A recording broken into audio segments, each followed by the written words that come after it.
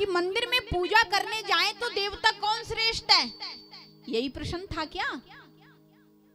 क्योंकि मंदिर में अनेक देवी देवता बैठे हैं, भोले बाबा, पार्वती, गणेश, नंदीश्वर, कार्तिकेय भगवान, हनुमान जी, राधा वल्लभ, राधा रमण सभी बैठे हुए। भैया किसकी पूजा करें? चांद चिनौरी भोले बाबा को चढ़ा दी, 4 नंदीश्वर को चढ़ा दी, और पता चला गणेश जी रह गए। गणेश जी रह गए तो सूत जी महाराज कहते हैं बड़े ध्यान से सुनो, एक वृक्ष लगा हुआ है और उस वृक्ष में हजारों फूल हैं, लाखों फल हैं, करोड़ों पत्तियां हैं, लेकिन सबकी जड़ एक है। सबकी जड़ एक है। अगर आप फूल में जल दोगे तो जड़ हरी होने वाली नहीं है, आप फल में जल दोगे तो जड़ हरी होने वाली नहीं है। तो आपको सीधा और सीधा कहाँ जल अर्पण करना है? जड़ में। जब आप जल को जड़ में ही अर्पण कर देंगे तो फूल भी हरे रहेंगे, पत्तियां भी हरी रहेंगी और फल भी खूब मीठे मीठे आएंगे।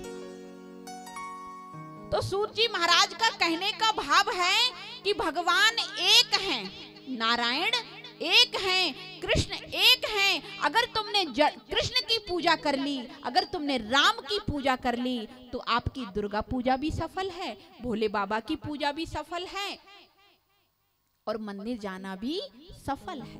क्यों? राम कृष्ण दो एक हैं, अंतर नहीं निमेष। राम कृष्ण में कोई अंतर नहीं है। राम कृष्ण दो एक हैं, अंतर नहीं निमेष।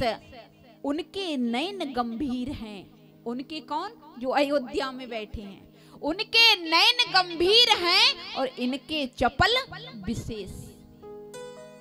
भगवान राघवेंद्र के नयनों में मर्यादा है, मेरे गोविंद के नयनों में चपलता है। प्यारे एक बात बताओ, राम को कितने लोग मानते हो?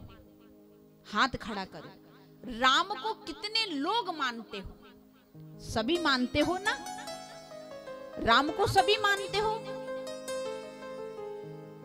अब हाथ खड़ा करो कि राम की कितने लोग मानते हो? राम की, अभी तो राम को मानते हो ना, राम की कितने लोग मानते हो?